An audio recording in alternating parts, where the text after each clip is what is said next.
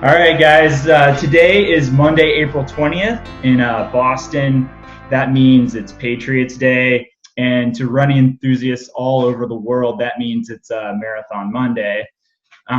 Unfortunately, this year, the race is postponed until September 14th. And actually, this is the first time in the event's 124-year history that the event has ever been postponed. And that means that includes World War I, World War II, and the Great Depression.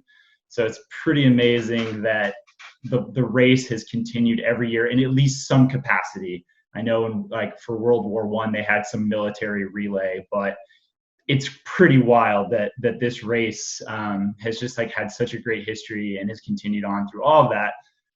Obviously, this year, things are a little different. Circumstances are different. The coronavirus is kind of unlike anything we've ever seen in terms of its disruption, its impact on everyone. And I guess one of the things I thought of with all of this is that usually with the impact of something like a terrible national tragedy, sports are kind of like our one place that we kind of can cling to, or that, after 9/11, everyone was at sporting events and we all could kind of get together and get through it. And this is totally different. So anyway, I just kind of wanted to acknowledge that. And I wanted to just talk about Boston and kind of give it its due on today, and just kind of look back. And I thought, who better to be able to do that with than BTC's own and now coach, former athlete, now coach, Shalane Flanagan. So Shalane, thank you so much for sitting down with me and talking about this. Yeah, thanks, Bumby. Last time we were actually together in Boston when we both raced Boston in 2018, and it was quite memorable. And it's sad that it's postponed this year, but I'll be there in September doing some commentating, so I'll be there regardless. That's awesome. Yeah, that doesn't surprise me at all that you're all in and you'll be there no matter what. So I guess, Shalane, would you mind kind of just Boston is just I know is such an important race to you. Could you just kind of share some general feelings about the Boston Marathon? How does it, I guess, just thinking about Boston, thinking about the marathon, how does it just generally make you feel? Well, I thought Patriots Day was a national holiday. So I thought Marathon Monday and Patriots Day was celebrated across the country. I had no idea it was just a local New England thing. So that's how serious I took it growing up. We didn't have school. Everyone pours into the city. You go to the expo, you go support and cheer on the runners. It's usually the first really nice day of spring. The Red Sox are playing. It's just the best day, the best of the best of Boston. So there's such a rich tradition. My really first distinct memory is the 100th running when I was 15, about to turn 16 that year. And my father ran with some good friends who flew in from Colorado.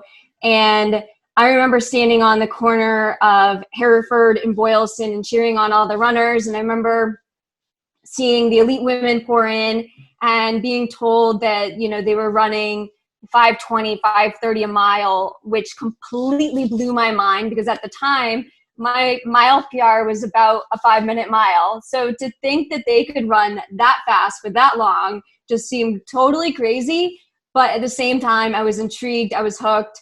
And then I was just so proud to see my dad come down Boylston. I was so proud of him. And I don't know, that day was just kind of this magical moment.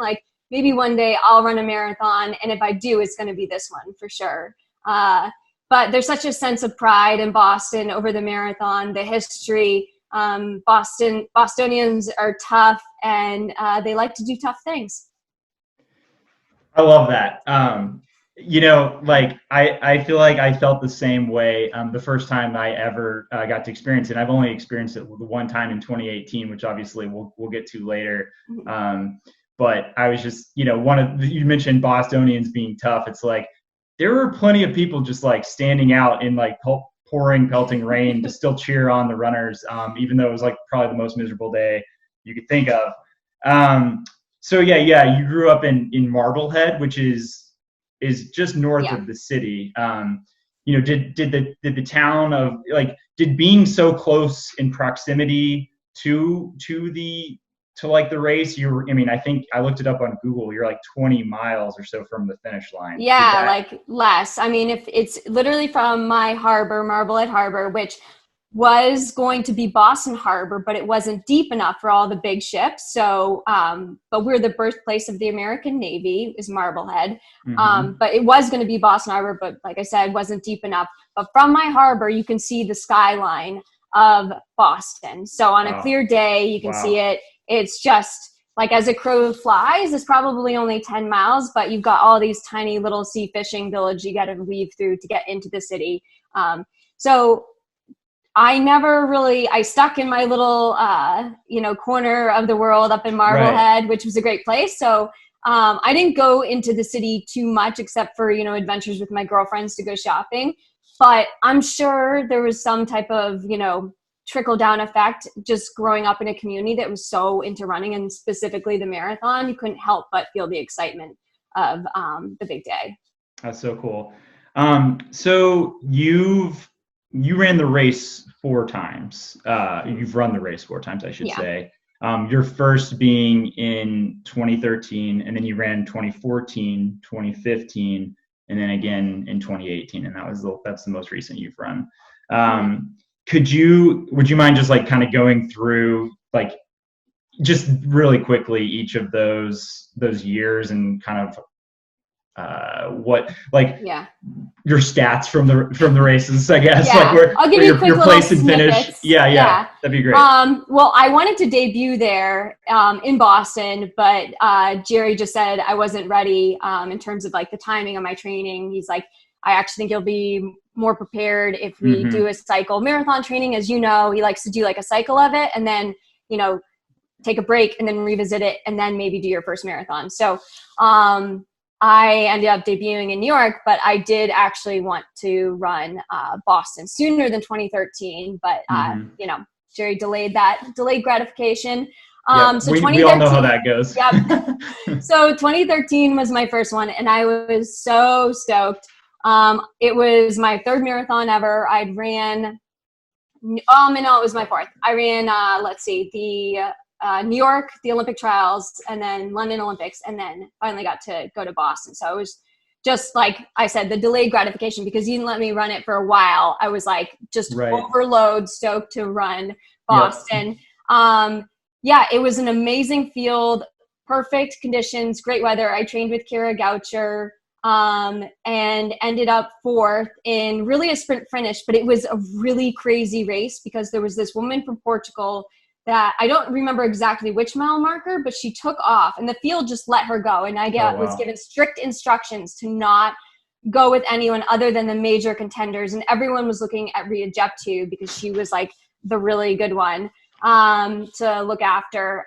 So we just let her go. And it got to a point where we couldn't see her and we had no idea how far ahead she was. And I started to get super antsy. I even said to Kara, like, we got to get going. Where is she? Yeah. And thankfully, I don't know if there was someone on the sidelines that yelled, but some of the other East African women just, I think, could sense the sense of urgency, like, we got to get going. So people watching on TV were like, this woman's going to steal the marathon. She was kind of like not a really big name at all, Portuguese woman, and people thought she was going to win it. We didn't catch her till mile 23. So it was a super dramatic finish because she just imploded when we passed her, and there was a pack of 4 of us. And it was basically a sprint finish down Boylston. Rita Jeptu had a clear win, but then it was like a battle for 2nd, 3rd, and 4th, and I was 10 seconds out of 2nd. As you know, that's pretty small in a marathon. I mean, that's super small. That's nothing. So really, 4th in my debut. Unfortunately, as we both know, Rita Jeptu, was convicted of doping. So I'm just going to give myself third for that one. Yeah, 100%. Yeah. And third and 10 seconds out of winning is how I'm going to phrase it to myself. But so, a great debut, but what's wild really is, because really only a few hours later, there's the bombings, and I was in the Copley getting ready to go greet my sister. I convinced her to run the Boston Marathon that year too, and she was training in Boulder, Colorado. Thankfully, she was fit enough, and she finished the race, and she was down at the finish line, past the finish line, getting a massage. And I heard what I thought was just scaffolding that had fallen, but it was the bombings. And I called my sister. I said, they're like locking down. I don't know what's going on out there, but they're locking down the hotel. You need to get back. And she was very nonchalant, had no idea what was going on, even though she was at the finish, and was just like, oh, I'm getting a massage. Don't worry about me. I'll be back in a little bit. I'm like, no, you got to get back now. Wow. So as we all know, what unfolded that day, and that was just wild. Like it's one of those situations where you think that happens somewhere else in the world. It doesn't happen in your city at a sporting event like that. So that was the most memorable day, not in a good way. Right. So it's weird because I don't have a strong recollection of the race. It was like, oh, the race really didn't mean anything, to be honest. Because what happened afterwards was so, deep and just hurtful. And just left us spinning. But I remember leaving before we left Boston. Jerry and Pascal said to me, like, you need to go back next year and you need to run this race. And I was the first elite athlete. Before I left Boston, I committed to marry Kate Shea, as you know. And I said, I'll be back. Like, I'm signing up now. I'll be back. I'm not scared. I'm not afraid. I want to be back. I want to win this so badly for our country and for my city. I'm back already. So before I left Boston, we decided that full attack in 2014 started that next day. So the sense of pride and the need to have an uplifting moment by an American, I felt like a sense of duty to that. Right. So that being said, the next year, 2014 was a super important year. And I went out and trained on the Boston Marathon course for 6 months straight. Every month I went out and trained on the course for 3 to 4 days and tried to, envision, like I was Joni, just out there cranking out through the hills, doing hard workouts, so hard. But it was so fun. It's some of my fondest memories because my dad would come out in the just crappiest weather and he'd be on a bike and he'd be out there handing out water bottles, and Jerry would be on a bike, and I'm so afraid because, as we know, massholes are not kind on the roads, and they'd be giving me fingers, but then at the same time, if they recognized it was me, they'd be like, oh yeah, there's respect too. So I had so much fun. I have some of the best memories of my career training for that race, and the vision was to go out and be able to run 2:22 on the Boston Marathon course, because if I could do that 99.9% of the time, I would win. You would win. And we looked at the history of it, and that's what it would take. So Jerry said, have to go out and run 2:22. You'll win if you can do that. So I trained for that. Yep. Well, I ran 2:22:02 that day. Unfortunately, and if you can ask Steven, my husband, when he finished, he's like, he found me and he didn't know the results or anything. And he just goes, what did you run? What did you run? I go, well, great news. I ran the time Jerry said. I ran 2:22:02. And he's like, oh my God, you did it. You did it. And I'm like, no, I was 7th today. And he could not believe it. Couldn't believe it. It was an American record. And couldn't believe that I didn't win. So I couldn't believe it either. I mean, I actually remember, I think that was actually one of the first marathons that I watched from start to finish. I just hadn't been exposed to it yet at all. And for me, watching you, because I kind of knew what you had set out to do. So the race plan had reverberate. No one else really knew, but it reverberated through the team. And so we all knew what you were about to go do. And I think when I heard what the plan was, that you're just going to go out and send it from the start, I was like, I have to watch this because this is this is did either it. going to be incredible or it's going to be like a complete disaster. But either way, I mean, with you, I knew it would be incredible.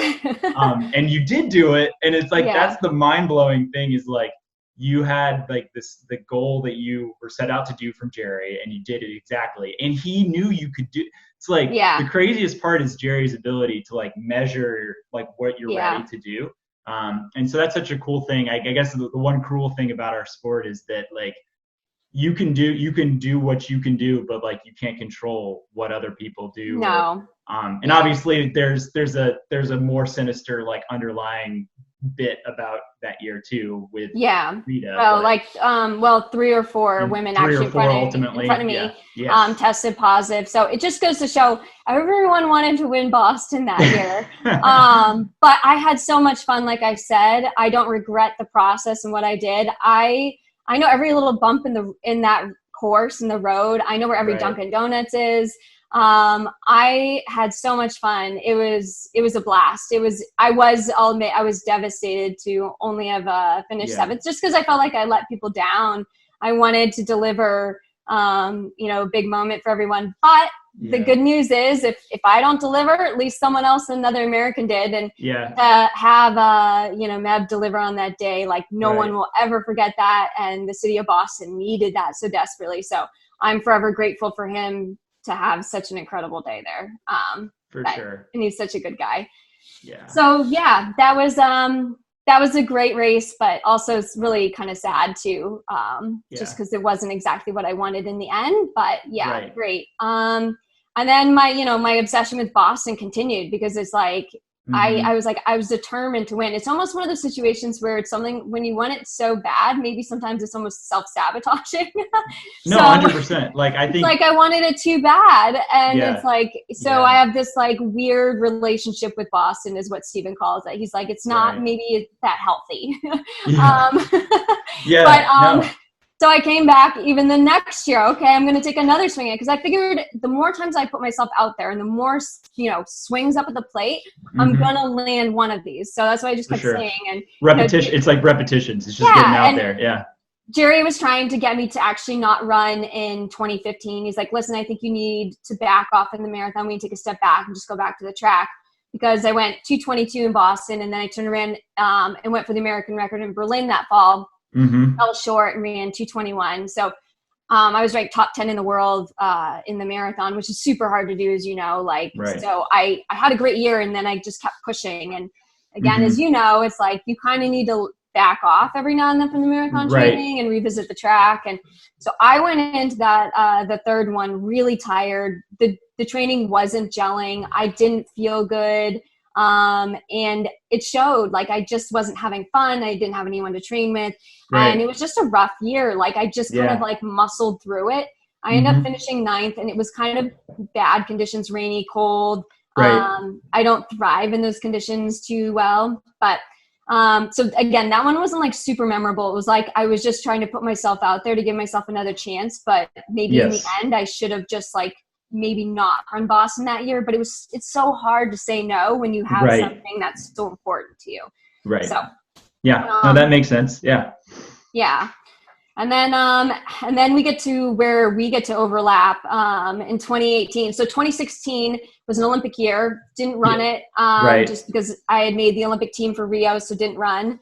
And then 2017, I came down with a really bad back fracture and had to pull out, and that was devastating. But the silver lining in that is a few months later I won New York, so not so bad.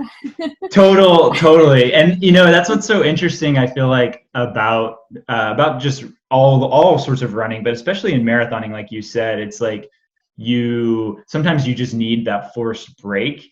And for you, like, you've just been grinding for so many years. And I remember very specifically being in like the Nike Sports Center and talking to you, and you're like, I was just tired, and tired.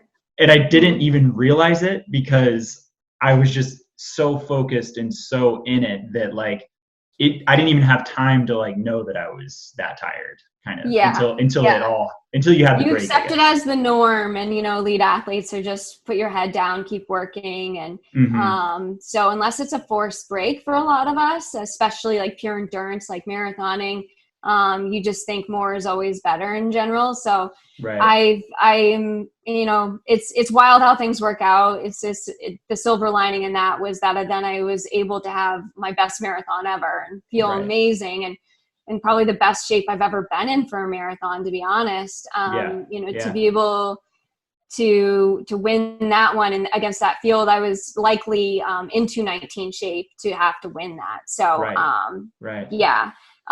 So then, that went well. And then the debate was, do I continue? Do I maybe just call it a career and end there on top? Right. Or do I go one more time to Boston? And I have to give it one more go. I didn't know what to do, honestly. I'm like, oh, it feels Yeah. good to just maybe end on a high note. Like, ooh, For sure.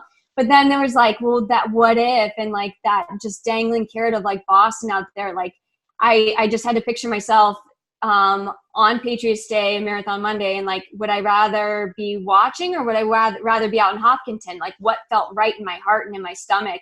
And it made me feel sick to not think I wouldn't give it a chance or a go.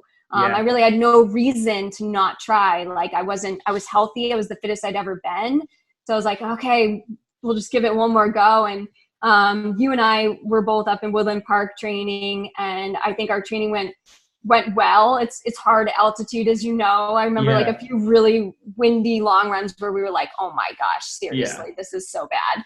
But maybe that was foreshadowing for what we were about to endure. Totally. But yeah, so I would say the training for that one was like on course and on par to thinking I had another shot at winning, another major marathon, which was crazy, just because of my age too at that time. But yeah, so when we got there, though, we realized the forecast. I think before we even left Portland, like we saw that there was like some precipitation coming in, some wind. But it looked. We really knew until we got there how bad it was going to be. Exactly. It looked not good or not great. You're just like, okay, it's going to be one of those like kind of drizzly ones. Maybe like where when you'd said in 2015, I believe, like the weather wasn't great. No, and I guess windy, drizzly. New England in the spring can be kind of iffy anyway. I guess you just don't really know what you're going to get. You could get snow, you could get, it could be warm hot. even. Yeah. So, I mean, that was like a full-blown nor'easter from what I understand. Like, can you? Yeah, I think they classified that as a nor'easter. It's when you get like could you describe that for the rest of the country that may not know about northeast phenomenons? Yeah, I guess it's like a common term in the Northeast. A nor'easter, it's like a mix of winds and storms that are coming off the water, not the ocean. And so it creates just this whirlwind of just mess, rain and wind and cold. And the oceans are like very violent, not good for fishing. And, it's a big fishing kind of city and the whole New England side. So everyone pays attention to what's happening to the ocean. But so we had, I don't even know. We should probably have looked up the stats, what the winds were like. But basically, it was on the cusp of snowing, and it did on the way out to Hopkinton. It was snowing, and I even have video footage on my phone. But it went from crazy rain, and I'll never forget. They always take this famous photo in the Copley right as you head out to the buses, and they load the lead athletes, and we take this great little photo, and we're all cozy in there. And then they give you these John Hancock towels that you get to like drape around your neck or over your head, and you kind of feel like you're going to a boxing match. I always feel like. Well, everyone took them and like put them over their head, and I swear, from just the few steps to the hotel to the bus, it was just drenched, like there was just soaked, and I was like, uh-oh. This is different. And watching people just outside the hotel eating breakfast, I was a bit traumatized watching how they couldn't stand up straight. No, I just remember like even on the bus ride, and I don't know, like I hadn't been on a Boston Marathon like bus ride to the start because it's a long ride. It's like you're exactly 26, it's 26.2, and you're in a bus, like so you're going slow. And I just remember like looking around the bus and people looking out the window, just looking just like terrified, like just fear in like other athletes' faces in a way that I have never seen before. And it was just like I remember just like being so tense on the ride out. And then we get out, and Jerry's like, we get out there, and Jerry shows, like, we're sitting in the church there, like at the start or right outside of the start, and everyone's just kind of huddled trying to find somewhere warm and dry. And Jerry, like in classic Jerry form, just like pulls out his phone and shows me a video that Alistair had just sent him. And it was someone walking, like, he's like, hey, this is downtown right now. And it was like someone like had an umbrella, and the umbrella just got blown completely open and was just like going horizontal the other way. Yeah.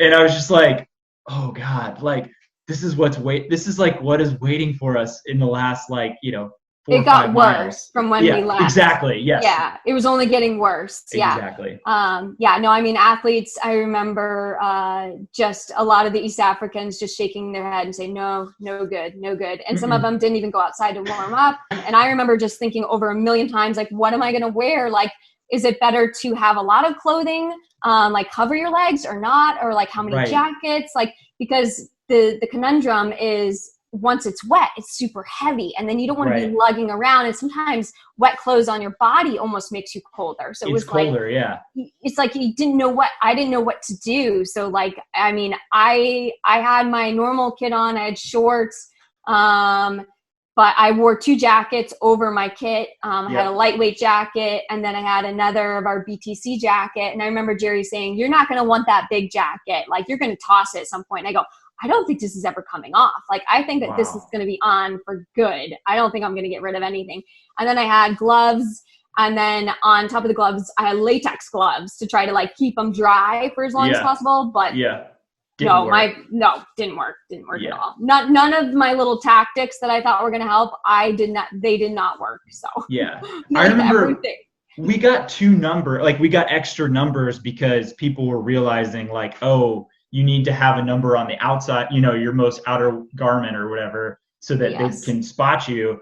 And I remember thinking, oh, like, that'll be gone in 2 seconds. It doesn't really matter like how this gets pinned on, because like, I'm not going to wear my jacket the whole way. Like an idiot. I was thinking that. And speaking of the numbers, I remember this actually very vividly. You asking me to pin the number on your back, like on the back of your uniform. And I remember I was already like nervous for the race.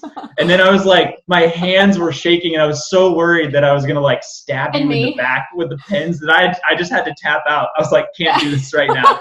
Like, I can't do it. I got to find Jerry. Like, he's done this before. I think I do remember that. I think you're like, I'm not. I was like, I can't do it. I'm nervous. Oh, man.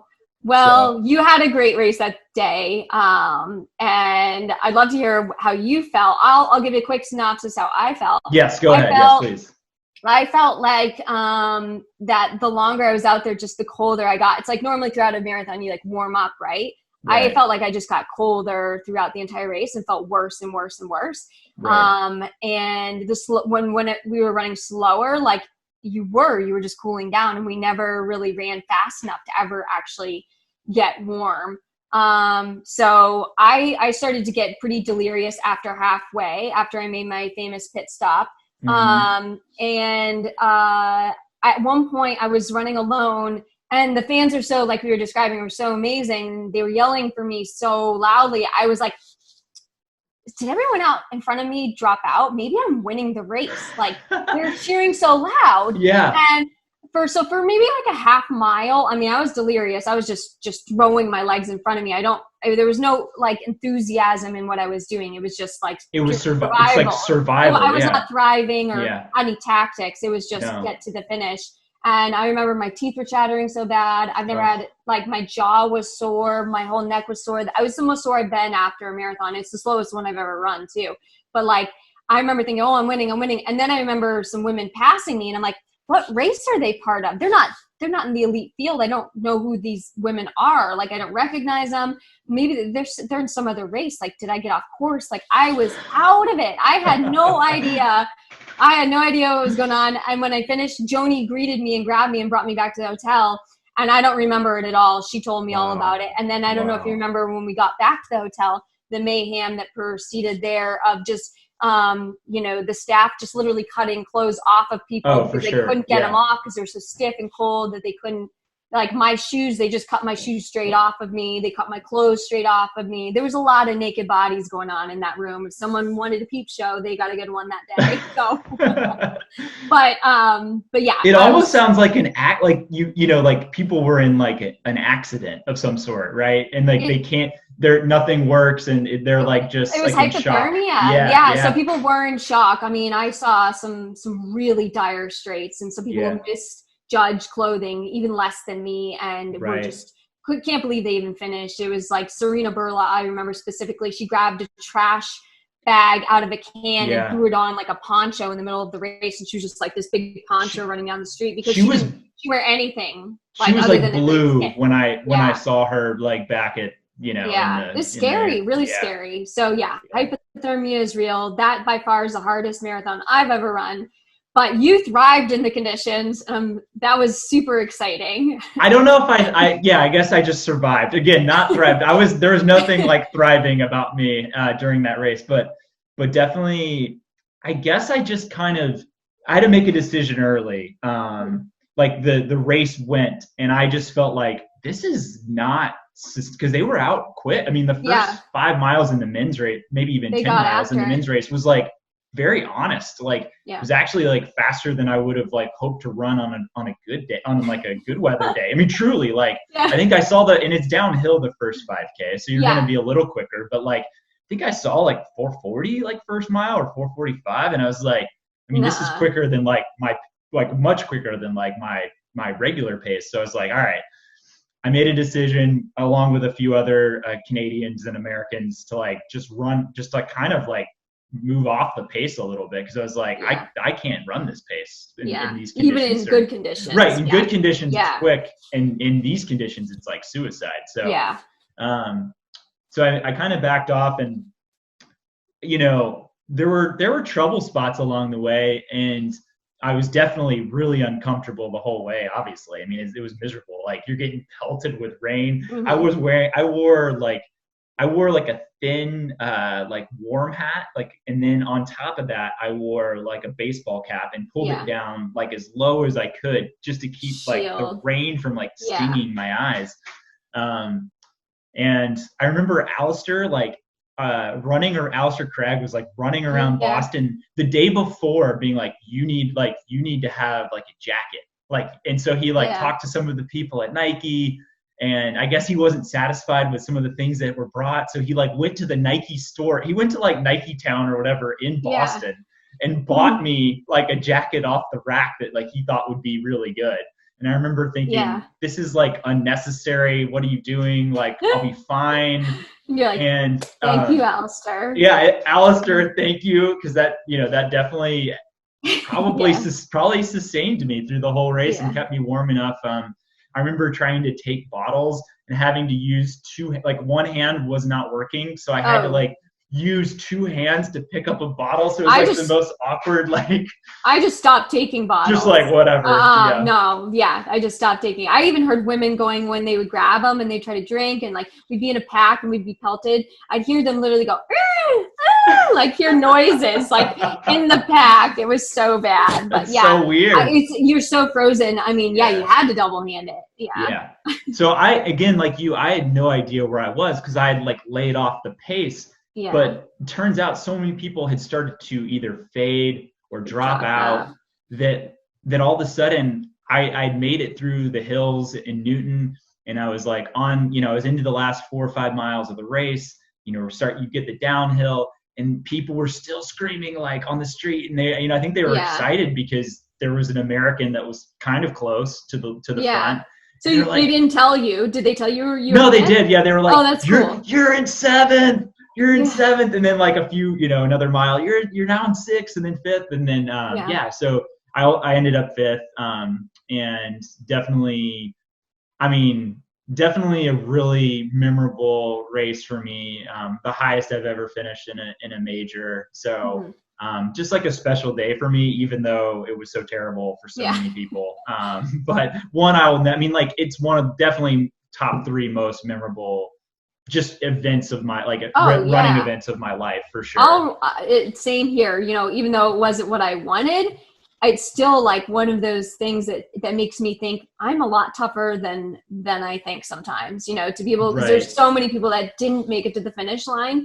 And it just goes to show like how resilient we can be if we, you know, if we just put our mind to it. I mean, given how bad, like, I know you were feeling, like, just the fact that you got yourself to the finish line, and like there were so many chances to like drop out and be like, this is terrible, this is stupid, like, I'm not doing this, like, I because it kind of was. I mean, I was like kind of laughing, like Des and I were actually laughing during the race, like how silly it was. It was just the conditions were just like the hardest I've ever witnessed. So I did want to go back to just a couple more pieces that I like that I didn't, you know, expertly ask you like at the right time, but I was just curious. This is something that I just like am curious to know about your experiences at Boston. One thing is, you know, Boston's kind of famous for, like, you know, you're starting Hopkinton and then you have all these little like towns, and you said, you said like, I know every nook and cranny of this course. Is there a place along the course that is like kind of your tough spot where you know you have to like dig in a little bit more?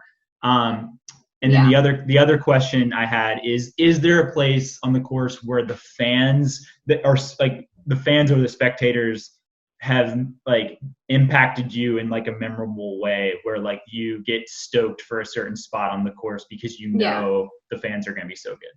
Yeah. So the one section of there's 2 sections that I kind of dread on Boston. Lower Newton Falls is, I think it's like transition between 16 and 17. It's an extremely steep downhill and transition to an uphill. And then you start to head towards the Newton Hills and the firehouse station where you take your hard right up into the hills. So that transition, that's super steep, like you can run 5 minutes down that hill, like the women will run a 5-minute mile down that hill, and then transition back up is just brutal on the body, like just horrendous. And I've had to give myself so many pep talks to stick with that pack. And I definitely like have, you know, been dingling out the back and forth, trying to like get myself to stay on the pack. But I have a hard time in that section because you're like, I'm not even at the Newton Hills yet. And it's like, you don't want to use all that energy, but you're like, I've got to stay in contact. And so that to me is a really tough part because, like I said, you're not even in the Newton Hills yet. And you're not. It's like, and you're suffering before you hit the hills, the big hills apparently. And it's like, so that is a really hard section. I think, you know, the fans love that turn by the fire station as you're heading into Newton and up through the hills. The hills are super fun.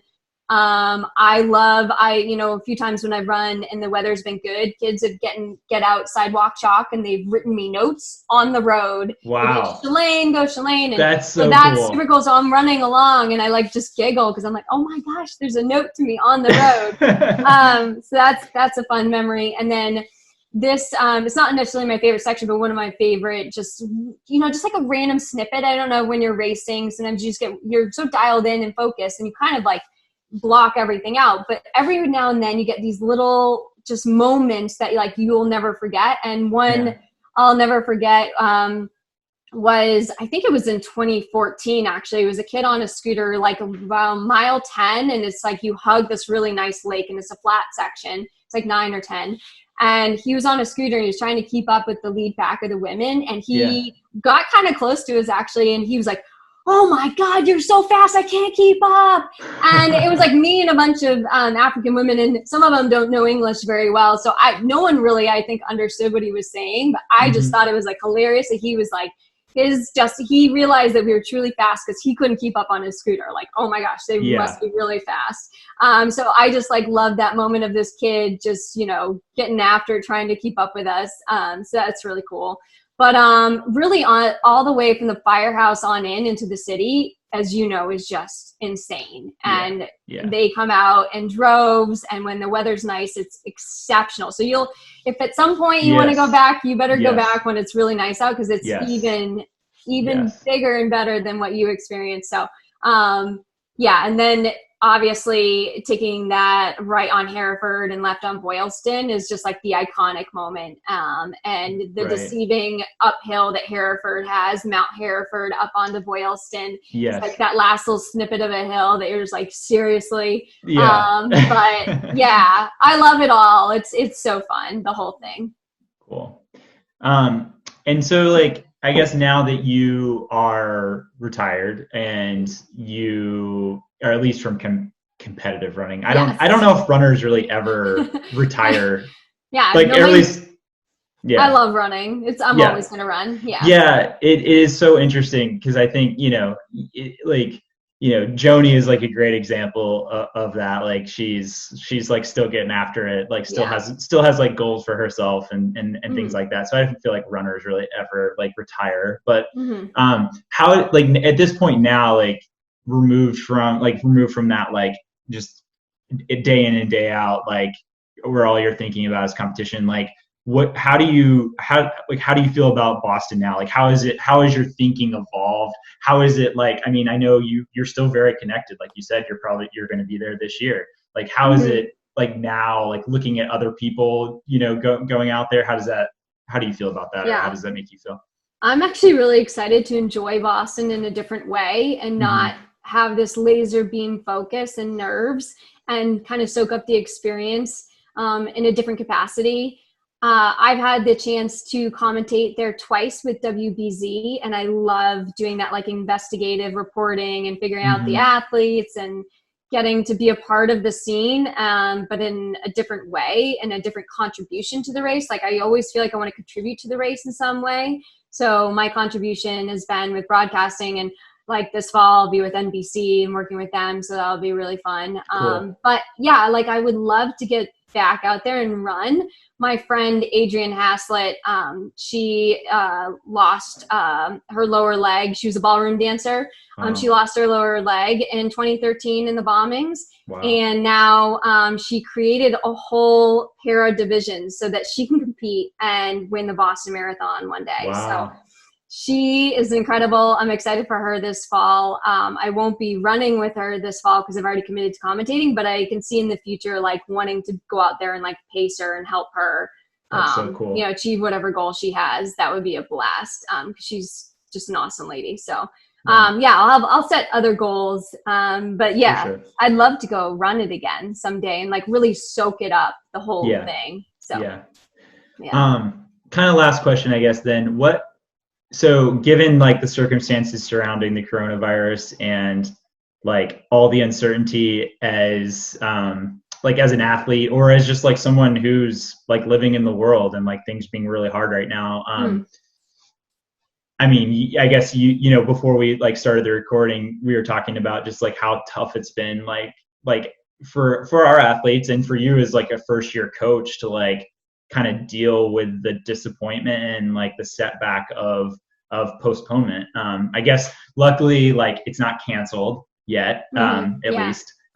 We hope that fingers crossed, exactly. But like how do you like, what are you telling the athletes and what would you tell just like someone who was supposed to, was signed up and had qualified? Because again, that's what the unique thing about Boston is that you don't just sign up, you have to qualify. Like how would you, what advice or like what sort of like words of encouragement would you give to someone who is like having to deal with this, I guess? Yeah, I think we're all, I think someone described it, a variety of people described it this way, like we're all experiencing a level of grief over the loss of our goal or a future that we thought we were going to have, or a life that we have had and may no longer have that same sense of normalcy, and just feeling like really lost. And everyone's process of grief is different, and everyone's allowed to feel however they want to feel. So I've felt like more of a counselor and therapist than a coach, really. I guess that also is what coaches do too.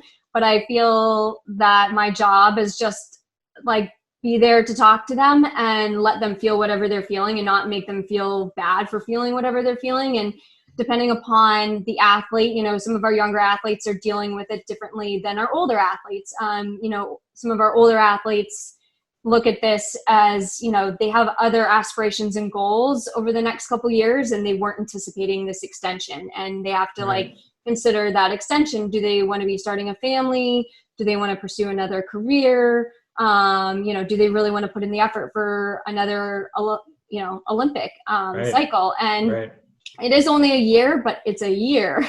Courtney had the best analogy. I have to share it because she made this. I thought it was so good. She's like, imagine, and a lot of runners will relate to this, maybe not everyone, but she's like, imagine you told at the start of the gun, you're going to go run a mile, and you get to the bell lap and they're like, just kidding. You got to run another mile now. And it's like, you're kind of on fumes, right? And you're like, it's right there. Like I can see it. It's like, it's right there. I can taste it. I can just stop. and then you're telling me I got to run another mile. Like, so I think, you know, everyone deals with that differently. And like I said, everyone's allowed to feel the way they want to feel. I think just everyone's timeline of getting over it is differently, but just letting them feel that way and acknowledging it's like, you know, some people are still fine and they're still happy because, you know what, their loved ones are all healthy and they're healthy. And so they understand that this is a bummer, but